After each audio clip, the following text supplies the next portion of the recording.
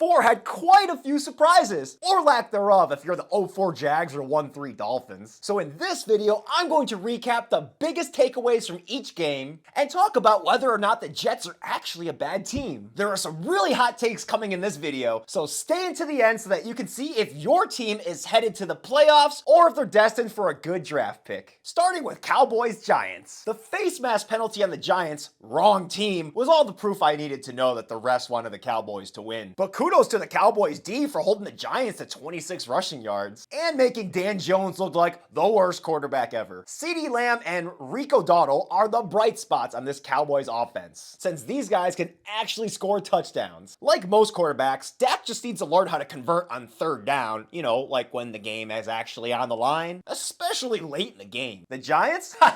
Man, dude, they're simply a dumpster fire right now, and I'm really glad I'm not a fan. They totally suck on offense, and Jones couldn't throw a touchdown unless him being homeless depended on it. Even with all the chances in the world and the universe, Jones couldn't get his team anywhere near the end zone. Even though the refs did screw the Giants in the first quarter, that's no excuse for sucking the rest of the game. It's a shame Malik Neighbors went out with a concussion this game. He's been carrying this team. Hopefully he'll be back soon to save the Giants season. Bengals Panthers. Speaking of saving, it looks like Joe Burrow just saved the Bengals season with their first dub. But the real MVP is Jamar Chase because he made the Panthers D look like a bunch of idiots by scoring that touchdown from the 50. The Bengals also played it really well by double dipping right before the half ended with Moss scoring that rushing touchdown, and then in the third quarter with a Brown rushing touchdown to take the lead by 14. However, the Bengals sold many times in the fourth quarter to almost give the Panthers a chance to come back. Against good teams, this is going to result in L's. Against the Panthers, it didn't matter. The Bengals D did well enough with 2 fourth down stops, especially with the Panthers' opening drive on 4th and goal. Denied. Ha! Andy Dalton was actually fairly decent this game. He just wasn't anywhere near close enough to win. He threw 2 touchdowns, but he also threw an interception directly to Von Bell, which resulted in a Bengals touchdown right after. Going back to the Panthers' failed 4th and goal, that was honestly quite hilarious, and I can still taste Panthers fans' tears. It just shows how incompetent their coaching and their run game is. That said, Dalton is far better than Bryce Young, and with him, the Panthers actually have a chance to win easier games. Saints Falcons, aka the Coup Show. The Saints definitely should have won this. However, they were horrendous on special teams. That muff punt and immediate Falcons touchdown was inexcusable. Luckily, the Saints have Taysom Hill because Derek Carr couldn't score touchdowns to save his life unless they're for the other team. That pick 6 was straight up nasty. The Saints also waited way too long to start trying to win. And by the time they did, they left the Falcons 1 more minute to score a game-winning field goal. Whoops. Falcons. Man, they didn't even have to try to score touchdowns because the Saints were just giving them away for free. That said, Cousins has to clean up those interceptions because he's basically thrown one every single game. Same thing with fumbles. Time to work on that pocket awareness and ball security, bro. The fundamentals. However, Falcons kicker Younghoe Koo came in clutch with 4 field goals and is basically the only reason the Falcons are able to put away games right now. Defense played okay. Jags Texans, aka the tragic comedy. CJ Stroud came in clutch by throwing a 1-yard touchdown to Dare, I can't pronounce his last name, with 18 seconds left in regulation. The funny part is Dare used to be a Jag, so it's even more hilarious. The Texans look fairly decent on offense, particularly with Diggs' first career rushing touchdown where he juked out everyone on the D. Now, how come the Bills never use Diggs like that? The Texans gotta clean up special teams though, because any team not named Jaguars will make them lose for muffing the punt. They also need to clean up that run defense. The Jags! Trash Lawrence looked terrible, and while Doug Peterson is also to blame, Lawrence's throws and pocket awareness were just plain disgusting, and not in a good way. The Jags got a great run game, but Lawrence is so bad that it completely negates any forward progress and just leads to them settling for field goals or turning up with nothing. Also, trusting Lawrence on 4th and goal was a huge mistake. Just kick the field goal at this point since he can't be trusted to convert. Ooh, Broncos Jets. Thank you very much, Broncos, for that dub. Rodgers took 5 sacks and looked completely run down the entire game, especially on third down. Wasn't he supposed to be the Jets' savior? Jets need to fix their O-line and Rodgers ASAP. Jets settling for field goals and only converting on third down on 4 out of 17 attempts is just very concerning. Even the Steelers know you have to score touchdowns in order to win games. Just like last season, the Jets have clearly shown that they have a top 3 defense, but they can't score touchdowns on offense or anywhere else for that matter. I get that the ball was slippery as ice this last game when it was raining, but come on guys, like at least run the damn ball and don't settle for field goals so that you can actually come up ahead. As a Bills fan, I'm very glad that they settled for field goals and mediocrity because that's what they'll probably do against us. So, in case you were wondering from the title, are the Jets a bad team? I think we know the answer to that. Hell yes. The Broncos. Nix was even worse than Rodgers, but it didn't even matter because the Broncos defense totally, all caps, shut down Rodgers with ease. The one good thing Nix did was he connected with Sutton for the only touchdown for either team. If the defense keeps carrying the team, Nix just has to get a little bit more efficient in order for them to actually have a chance with the Chiefs. Ooh, Vikings Packers. This was one of my favorite games of the week. That said, this has got to be one of the most Vikings games ever. Darnold continued to make his case for MVP, at least in the first half, with 4 touchdowns to bring the Vikings up 28-0. However, the Vikings had some serious second half woes on both sides of the ball, especially on defense when they were outscored 22-3 in the second half. Ugh. If the Vikings can fix their second half woes, then they might be able to hang on to the NFC North. The Packers, man, 2 missed field goals and 3 interceptions will definitely make it hard for your team to win. The Packers kicker, whose name I don't know and don't care, totally sucks and is the main reason why they lost. But it also doesn't help that Love threw for 3 interceptions and didn't get his act together until the fourth quarter when it was already too late. If the Packers can get a kicker, not throw so many interceptions, and not dig themselves into such a deep hole, then they actually have a chance to be a good team this season. Steelers Colts. Despite losing Richardson to a right hip injury, everything worked out fine with Flacco under center, who commanded the offense by throwing 2 touchdowns against one of the best defenses in the league. The Colts D actually did better than the Steelers, which is honestly quite hilarious. The Colts D made a fool of Fields, sacking him 4 times, forcing a Fields fumble, and making 2 huge fourth down stops. Steelers running back Justin Fields looked amazing when rushing for 2 touchdowns. However, quarterback Justin Fields looked atrocious, often running for his life and taking many sacks to the face. Although you can't blame it 100% on Fields because that Pickens fumble was brutal. You still gotta tell Fields to learn how to not take so many sacks. By the way, Steelers, how's it feel losing to Joe Flacco? Stings, doesn't it? As for the Browns Raiders, despite not having their best offensive player, Devontae Adams, who conveniently wants out, nor their best defensive player, Max Crosby, the Raiders still somehow won. The offense managed 151 rushing yards against a really good Browns D. Wow, Madison really dominated on the ground. The defense shined when not so Edward Snowden sacked Massage Watson FTW. The Raiders defense came in super clutch. Browns, talk about beating yourself. Who do you think you are, the Bills? The Browns went on tilt in the second half with a Watson interception. Oh yeah, and a huge Amari Cooper touchdown that was called back for holding. Wow. They're also missing a slew of players, including their best offensive weapon, Nick Chubb, who actually might be returning in a couple weeks, as well as defensive end Myles Garrett, who is basically week to week, but he's suffering from all these Achilles injuries, so who knows when he's going to be healthy. Oh, Rams-Bears, and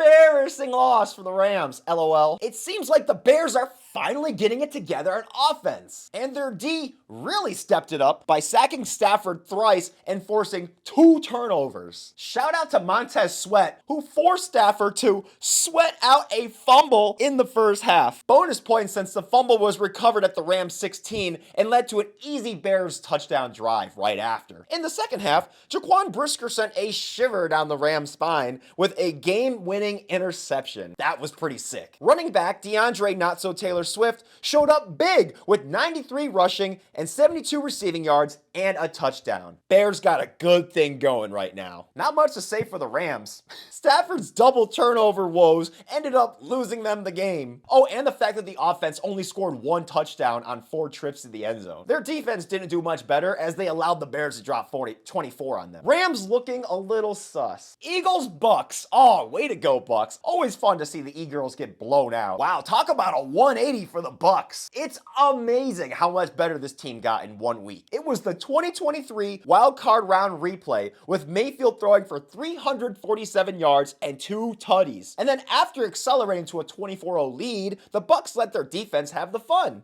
The Bucks are on track for that division title. The Eagles. With A.J. Brown and Devonta Smith injured, the Eagles' offense was hideous. The Eagles went 3 and out on their first 3 possessions, whereas the Bucks just kept stacking touchdowns. Hurts got sacked 6 times, even more than Rodgers, and he could definitely be seen lamenting the absence of his star tackle, Lane Johnson. There were plenty of open lanes that led straight to his ass.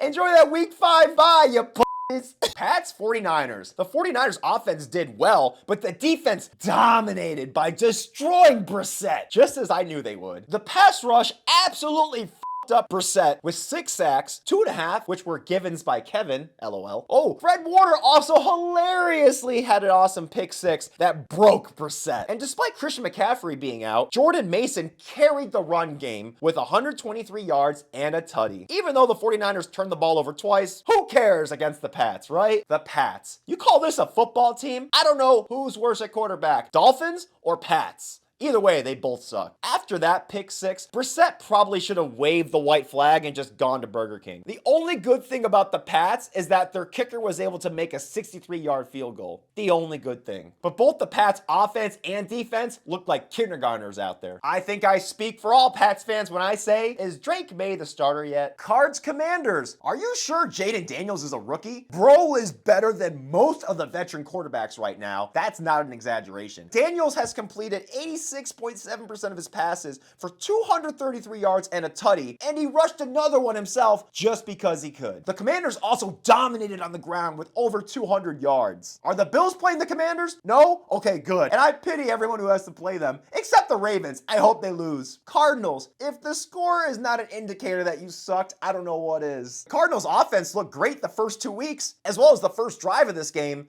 and then it fell off a cliff. They totally looked, how do you say it politely? Abominable. Despite the Commanders having one of the worst defenses on paper, it didn't even matter against this pitiful Cards offense. Murray looked like crap. The run game looked like crap. Everybody on the Cardinals looked like crap. Chiefs Chargers, what a boring game. You know, honestly, Mahomes looked like shit for a lot of this game, but it didn't even matter because they were able to beat the shit out of them with their defense. While the Chiefs offense mostly wanked, their defense came up huge by holding the Chargers' powerful run game to 55 yards and limiting Herbert to under 180 yards in the air. The Chiefs' star was Kareem Hunt, who averaged 4.9 yards per carry, and Travis Kelce showed that he still exists on the team with 89 yards and 7 catches. The Chargers looked horrendous. Although they averaged 197.5 yards on the ground in the first 2 weeks, they were a complete no-show against the Chiefs. Because of this, the Chargers had to lean on Herbert even more on the passing game, which didn't work out well for them at all because he can't convert on 3rd down. Wow, what a surprise. Herbert also hilariously flopped on that 4th and goal. Whoops. Kind of hard to win that way, especially against the Chiefs. Chargers are probably praising God that they have a bye in the 5th week, so Herbert and everyone else can get a lot better. Bills Ravens. Oh man, I am not looking forward to this. Let's just say the Bills just got completely exposed on offense and especially on defense. As you know, they gave up 271 yards on the ground and let Derrick Henry do whatever he wanted to. On offense, it was also a total shit show, especially on that one trick play where Allen fumbled. That had me cursing every single word in the dictionary.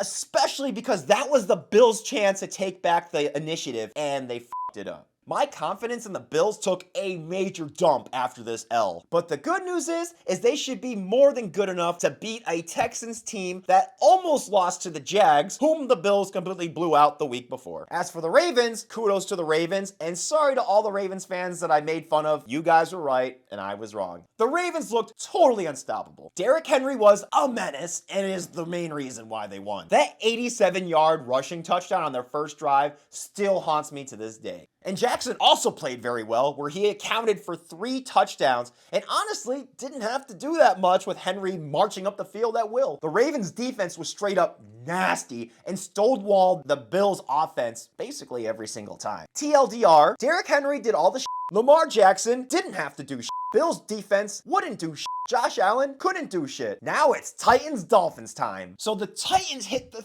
30-point mark for the first time in 3 years, mostly without Will Team Killer Levis. I wonder if there's a connection. With Mason Rudolph in charge, the Titans made use of their rushing attack, and it actually worked, with both Spears and Pollard scoring touchdowns and moving the ball at will. However, the Titans D was the big star of the game, getting multiple stops and making Hill and Waddle basically useless. Although that's not hard against Tyler Huntley, who basically makes receivers useless already.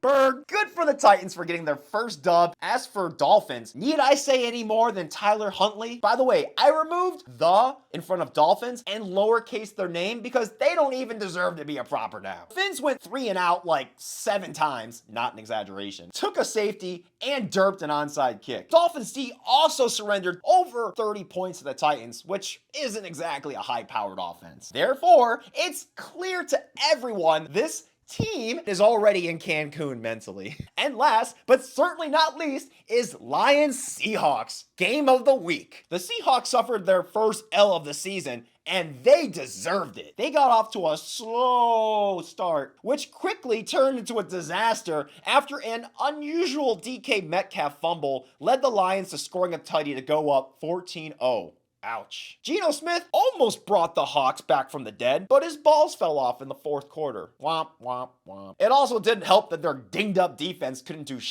against Goff. Still, the Seahawks did lose to an awesome team, and they proved that they can actually have a shot at the NFC West title, at least until the 49ers are healthy again.